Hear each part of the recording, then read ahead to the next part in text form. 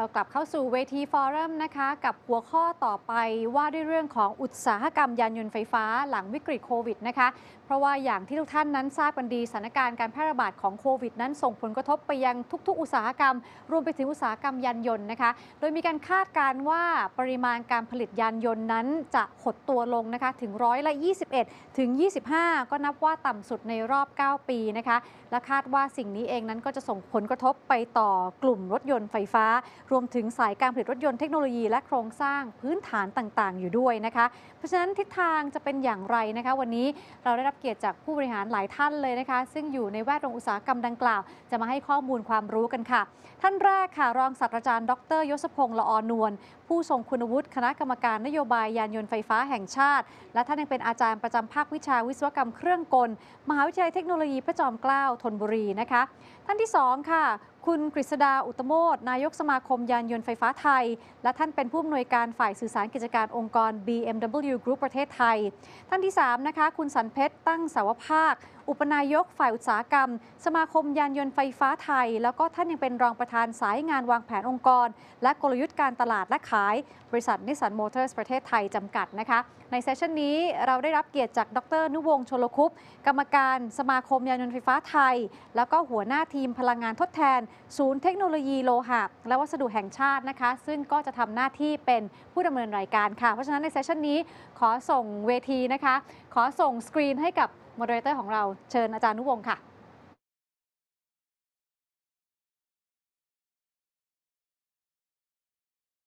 Morning.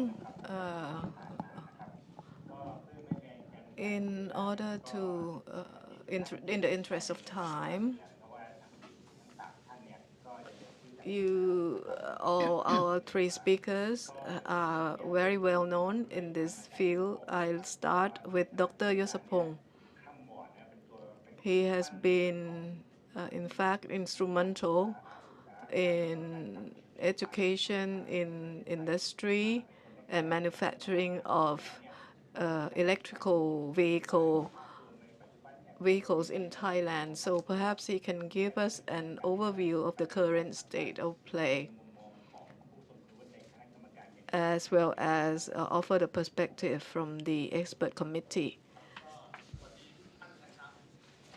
Good morning, everyone. I'm very honored to be part of this online virtual session. Well, if we look back 4 or 5 years ago, it was at the beginning of the formation of the National Electric Vehicle Policy in Thailand. Thailand has already been established as a regional leader in terms of vehicle manufacturing industry. I was part of the founders of the National Electric Vehicle Association of Thailand, and Kun Grisda is the current president of the association. There are many efforts being made in terms of investment promotion by the Board of Investment and a series of cabinet resolutions to promote electric vehicle industry in Thailand. And lastly, the National Electric Vehicle Policy Committee was formed. The Prime Minister or the designated Deputy Prime Minister would chair the committee.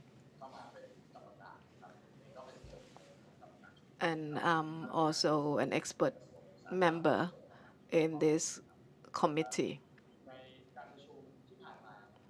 In previous meetings, before COVID-19 in February, we worked on a proposal which called STxITE2020 to promote the use and manufacture of EVs at about 30% of the demand in the next 10 years. So that is a new policy platform that was announced as a result of the committee meeting. During the pandemic, the committee did not call a meeting, but from the perspective of the government policymakers, the committee is likely to call another meeting very soon. And to promote electric vehicles in Thailand, one of the reasons was the worsening air pollution in the country. And we believe that the conversion to electric vehicles will help reduce air pollution as a result of the use of diesel and gasoline vehicles. So that's the background. Thank you, Ajahn Yuttapong. Ajahn Yuttapong has played an instrumental role in promoting electric vehicles in Thailand. Many people consider electric vehicles a distant subject from their daily life, but in fact on the street of Bangkok we are seeing electric vehicles running on the street. Now Kun Grisada, who is the current president of Electric Vehicle Association of Thailand, you will be tasked with an important but difficult task of promoting the industry further. Thank you. As Professor Dr. Yuttapong mentioned, our association has been in existence for 5 years.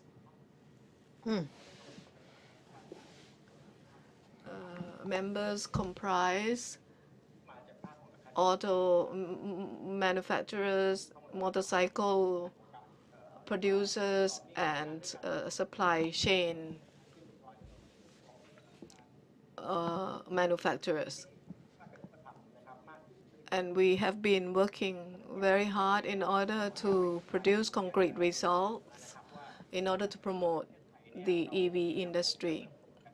And let me show you some slides to outline the progress and growth of this industry.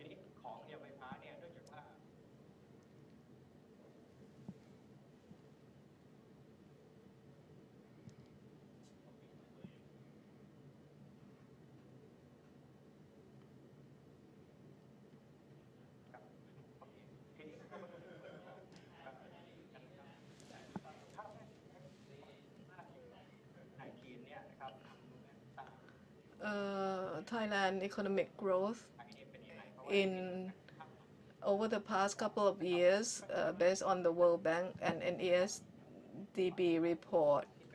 On the left-hand side, with the purple line, was the actual GDP, and the blue line was the projections back in January this year, and the dotted lines are the projections after COVID-19. So you can see that the economic downturn is pretty massive. And on the right-hand side, it is the absolute figures. The unit is millions of baht.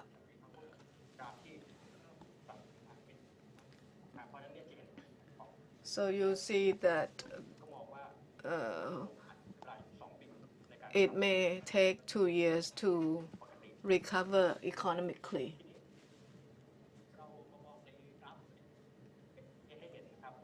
Based on this chart, when we compare Thailand with other countries, on the left you have Hong Kong, Vietnam.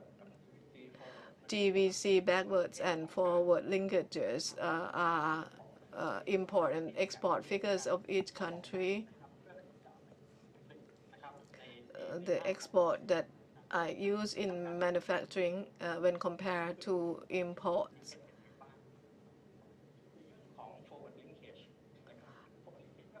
For local assembly and then export.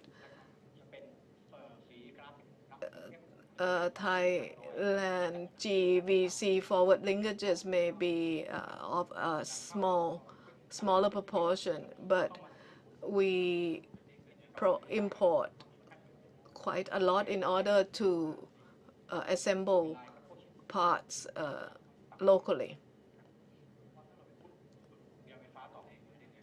If we talk about local supply of EV parts, the number may be limited in scope.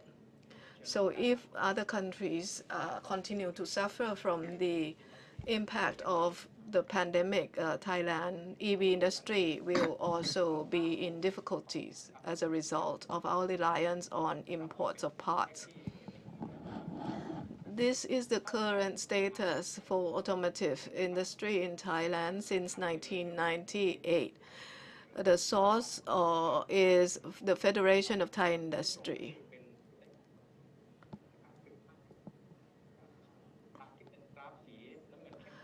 We show to you both domestic sales, export, and production.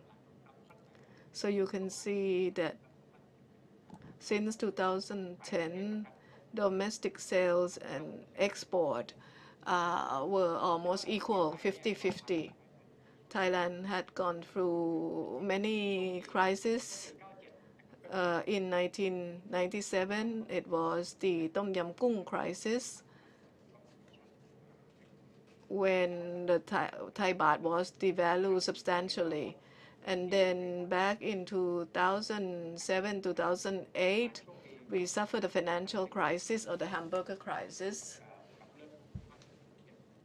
which had significant impact on the automotive industry. Since then, we witnessed steady growth. The production was totaled about in excess of 2 million cars. But the Federation of Thai Industry suggested that the local production would drop significantly from 2019, perhaps more than half, from 2 million to about 1 million cars.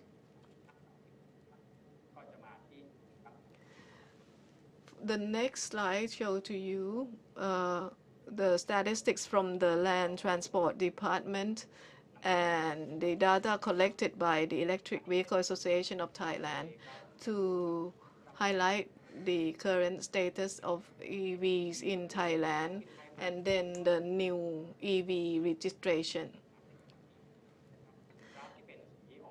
annually from 2015. The green bar, of course, is the BEV. And we also have the figures from the first 6 months of this year. So quite clearly, if you focus on BEV, you can see that new EVs was numbered at 325, and in 2019 the number rose significantly to 1,500, and then this year, only in the first 6 months, the number of new EV registration jumped to over 3,000 already.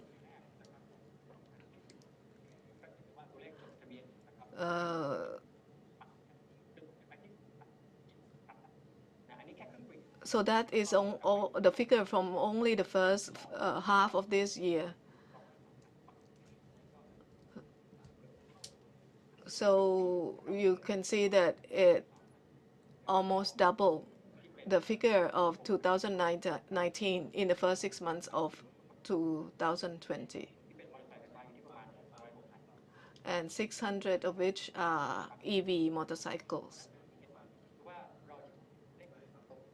So we record very strong growth for EV vehicles, most of which are imported, and the majority of EV motorcycles are imported from China.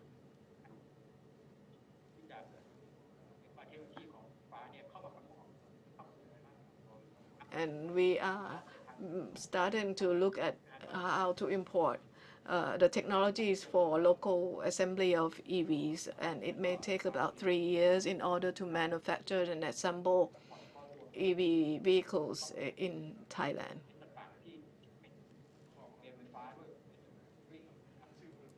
And other parts, including batteries, have to be manufactured in Thailand. We are now trying to draw relevant investors to set up factories in Thailand. So we might see a big jump by the end of this year for new registration of electric vehicles by the end of this year. So that's from me. Thank you, Kun Krisada. So you have seen the quantitative numbers of the EV growth in Thailand. So one point about the EV from the overseas countries, but we should look at the domestic EV industry. I would like to go back to the Mr. Supet about the AVMG and Nissan's automotive camp. Is there any promotion or anything that you have the plan to move from the gasoline or the fuel to the EV?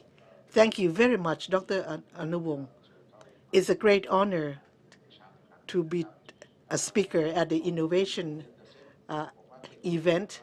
I would like to set up the framework before I continue my talk, because we are talking about the EV industry in Thailand. And what does it mean? That means we can assemble the automotive electric or the EV in Thailand. But if you're talking about sale only, that we had that the FTA with the China, it doesn't give us more productive in terms of the production. Maybe it has a good impact in terms of the environment. But for the overall economics and social impact, we need the industry that can be a S-curve in the future. And we would like to have the reduction in terms of pollution. Once we think in terms of that framework, we can go a little bit deeper when it gets to the detail of the EV. Yeah, in reality, the EV industry, I would like to talk into 2 or 3 things. The first one is the assembly line of the EV, because right now we have many types. We have the EV assembly plant. And the second one is more of the spare parts or the important parts of the EV. I mean batteries, motor, inverter, and the program to control all these electrical circuit. And the third one is about the infrastructure. If you look in the future, that the government has a policy about the 30% policy. That means in the future we will have a lot of EV on the roads. I believe so, really believe so. So that will happen in the next 5 years. How about the next couple years? So we should do what we should do in order to create that kind of future, to make it reality, to make it real. So the one that I show you on this table, this is the personal evaluation from different perspectives that doesn't deal with the cost. Okay, first of all, I cut off the cost factor. So with this kind of vehicle, on the very left, we have the regular passenger car, 4 wheels, passenger cars, and we have many companies who have this kind of automobile. Now we come down to the motorcycle with the two wheels, and then we have the tuk-tuk, and then we have regular bus and regular truck fleet. Now, the next one is the market size. The next one is the competition in EV industry. The third one is the technical barrier that we can get into that particular industry. The next one is consumer behavior for the end users. The fifth one is the infrastructure challenge. The infrastructure, we are talking about the charging station. And the last one is an opportunity to get the government support in one of the forms. And the green color is the average. The average, the very easy average, is a simple mean average. It doesn't have anything specific. So for the market size, if a lot of plus, that means it's a very good. But for the EV competition, it has a lot of negative. That means a very fierce competition. The purpose of doing so is we want to step back a couple of steps. If we would like to develop the EV industry in Thailand in the future, there are some, what are the angles that we need to concern about besides cost? For example, if you want to say, we're talking about a four wheels passenger car, the market size is big, but at the same time, it's a very big industry. The barrier entry is look like it's very easy, but it's not, because we are about to compete with a big camp that have a lot of R&D, and in terms of consumer behavior, it's not that we can produce the automobile or the EV. It doesn't mean that the consumers will buy. It's very difficult to deal with the consumer behavior. For if we have the four wheels, they want to go up to Chiang Mai, and they want to go to the falls far away. So we have to facilitate those kind of long journeys. So I would like to identify what are the low-hanging fruits, which one comes first, how can we prioritize the steps in, let me say, the critical base. This is like an egg and chickens, which one should come first? Right now, we don't have demand because we don't have infrastructure, and we don't have infrastructures because of we don't have good batteries. We don't, even though we have the BOI and the investment, but scale is not up to the size. So which one is the first step that can bring us to the future? The main key things before we get to that point, look at the green column, the last one. The highest plus score, that is the very first one that has a very likelihood to go fast. Okay, that is the regular bus fleet and also the regular truck fleet. If it's a bus or a truck, the market not really big. The competition may be big. Not many competitors would like to play in this market. We can build the bus that's not very complicated. Is a kind of mass people transportation. That's it. But for the barrier of entry, that means those people who use are not the buyers. It's a functional, completely functional for the transportation and for the infrastructures.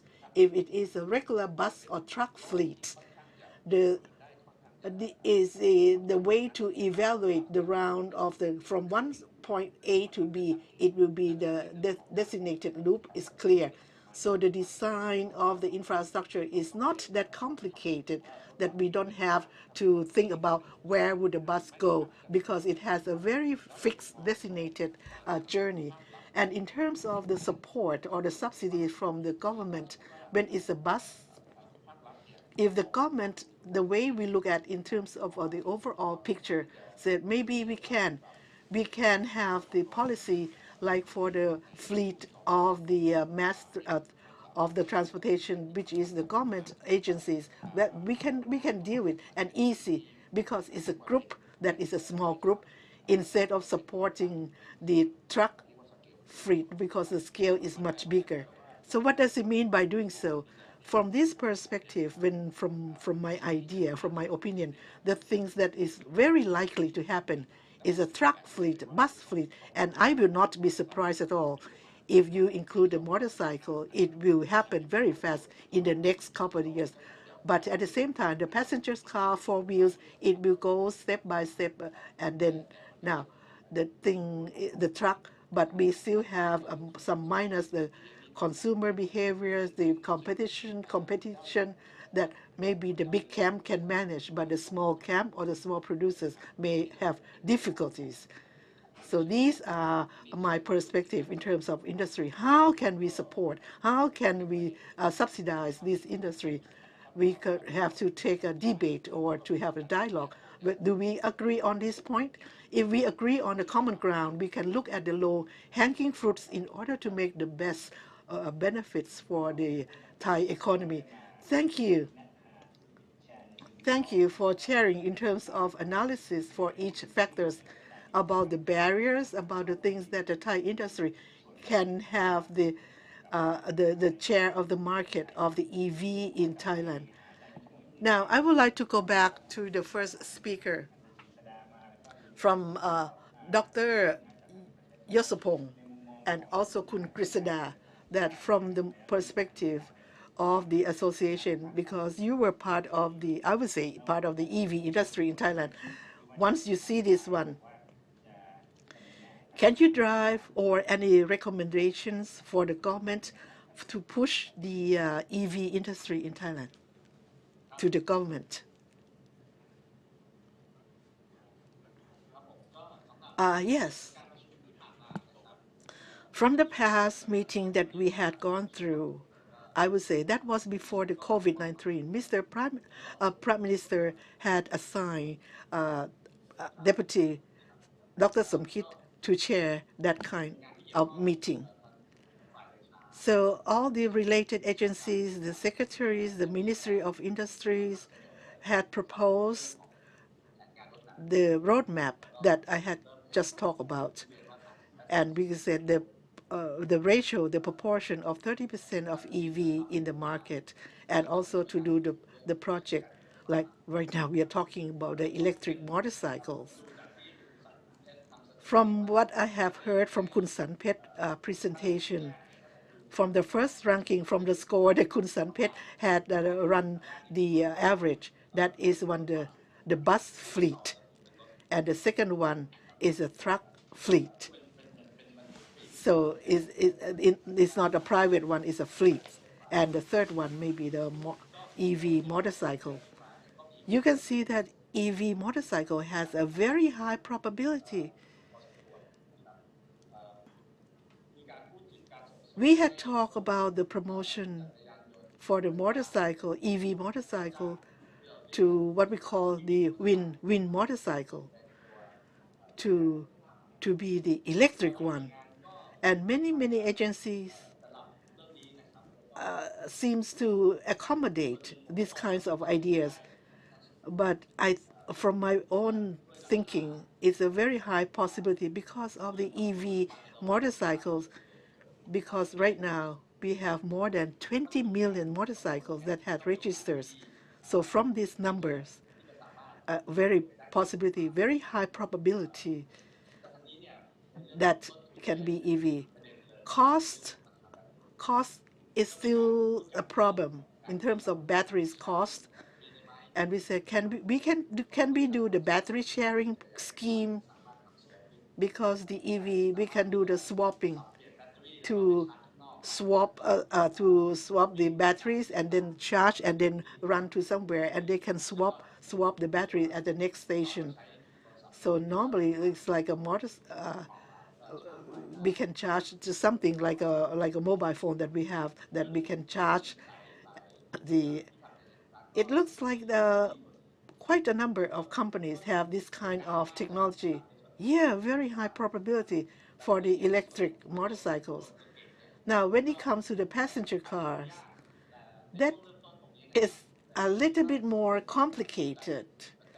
But one of the most important factors is in order to create the market, domestic market, I mean. If you can create a domestic market, the companies that will be the producers, we need a certain volume in order to be significant enough to set up the line of assembly. And one more thing about the EV Association of Thailand. So I also help the subcommittee for the EV in terms of the committee on the energy. And during the time that the uh, maybe we are still looking for the leaders in terms of the economic team, then for the subcommittee, we had consulted with the related agencies at the meantime to set up the recommendations in terms of the labor and to send a proposal to the National Committee and also to the cabinet to find the ways to promote. So yeah, many agencies would like to have to make it real. But once we have the national committee, we can integrate, we can synergize, and maybe after this one, maybe next year, we can see more changes that will bring us reality in terms of EV. Thank you very much, Ajahn Yuttapong, to tell us about the to mobilize in terms of the policy for the EV industry. And I would like to come back to Kun Grisada, as the EV Association of Thailand have quite a number of the committees. So, and it is one of the categories that whether the bus fleet or the truck fleet, I think that this one may be one of the mechanisms that the association can voice back that in terms of the private industry, what do we need in terms of the adjustment, in terms of adaptation, especially after the COVID-19. I would like to listen to your ideas. From the perspective of the association, we have many, many industries that are the EV motorcycles or the EV tuk-tuk and even the EV bus. So from all these factors, we believe that they have potentials to grow. But we have to admit that the automobile industries in Thailand, if you look from the overseas camp, they are the main players. Like they have the schemes, they have the aggressive policy for them to invest in our country, to be the first one before we use the same incentive schemes to go to the EV motorcycles. That means like for special breaks for income tax, the reduction for a certain tax holidays for a certain period of time. And for the EV Association of Thailand, we have 8 recommendations. And one of them, I think, that is we can see is in the concrete, is to support the users, the end users. So I think that from the other countries, when they deal with the EV, they will come both sides. They supported both supply side and demand sides. And when we have the support to the consumers or the end users, that they can use this one for the tax deductible expense, or even in terms of the income deductions from the buying the EV automobiles. So when just a couple of weeks ago, the minister, Tan Surya, who is the Minister of Industry, we would like to think about the old cars that 15 years old, or we said we can support them, and that can help to support the overall automobile industries. Maybe the maybe the EV automobiles, and if they buy the EV, they can get the tax deduction, special excise tax, and then the Ministry Industry is still talking with the overall alliance to come out. But the direction, this one, it's going to be more and more in the concrete matters. And I had already participated in this one to set up the benchmark or the standard for this one, that we set to use the EV vehicles among the public agencies. And even the government themselves also try to push for the EV to be more concerned about the environment. But we still have no standards for the procurement, in terms of procurement. And for the economics and the industry office, we had talked about if we would like to support the government agencies to procure the EV, what kind of spec or specification that we need for this kind of fleet. So we had talked, and so I think that for the in terms of procurements, in terms of the purchasing, if it is a price and is with the reference price and the market price that can be within that benchmark, should not be higher, much higher than the standard that we had in the old time. So I think that we can see more EV in the public sectors. Whether it's going to be about the trucks, is about the fleet, about the bus, we can see more roles of these EV trucks and bus in the market. Thank you very much, and all the 8 recommendations.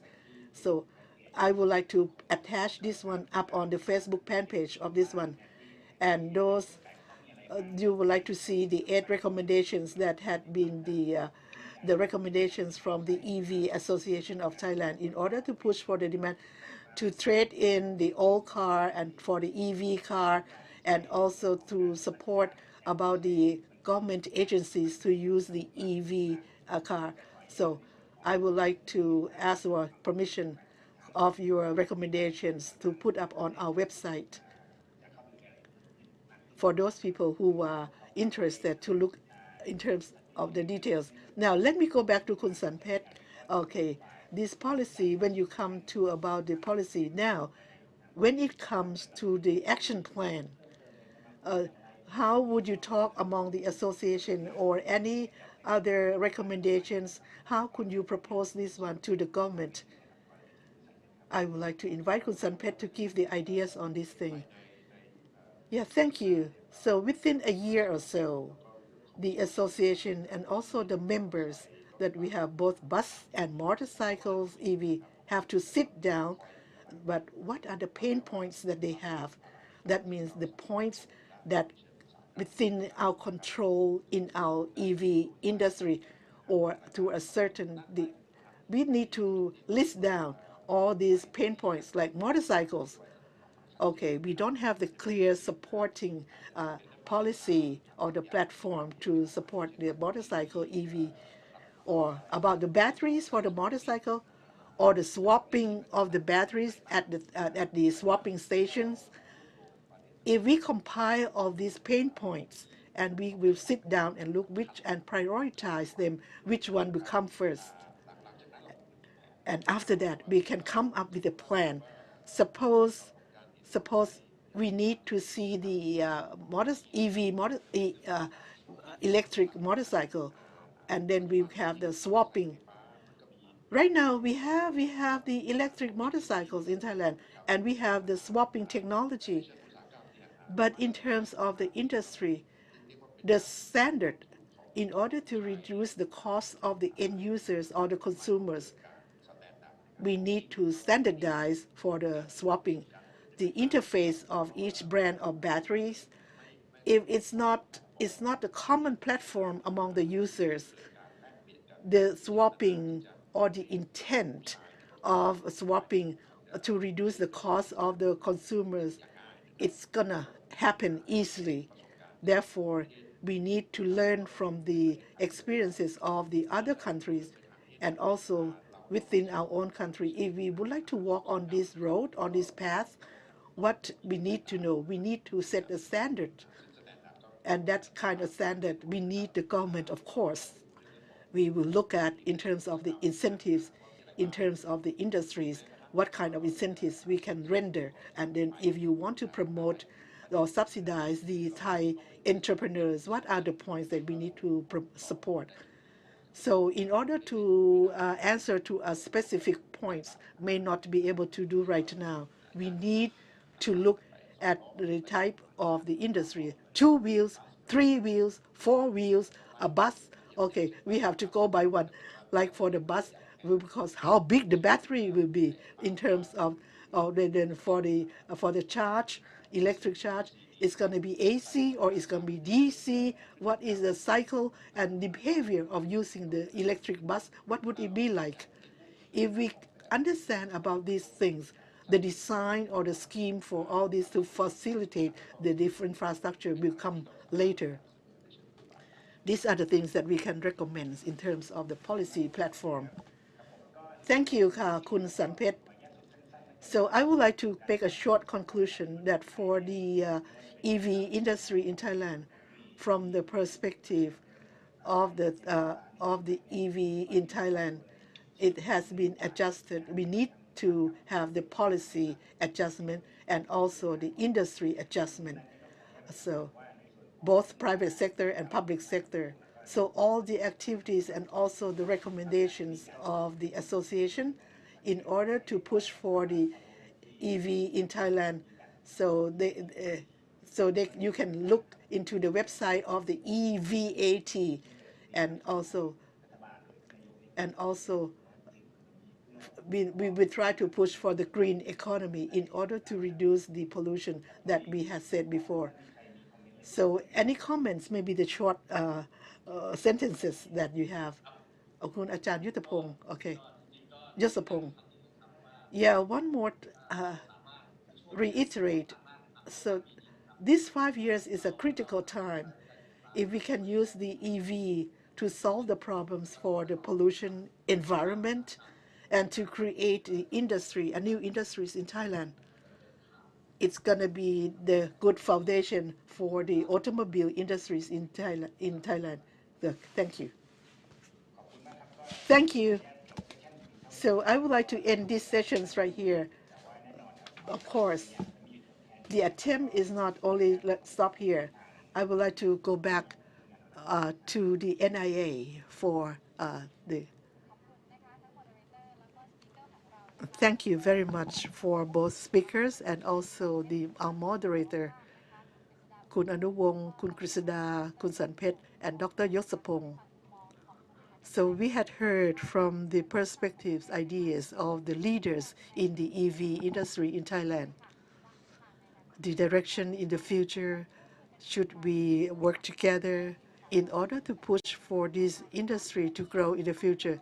We take a short break right now, and the next session is about 12:15. 5 minutes from here, and we can prepare that about the digital yuan, how the impact in terms of the currency, in terms of the economics. So take a short break. See you later. Thank you. มันไม่มีเวลาพักมีแค่15 นาที 5 นาที 5 นาทีตอนนี้แล้วก็เดี๋ยว15 นาที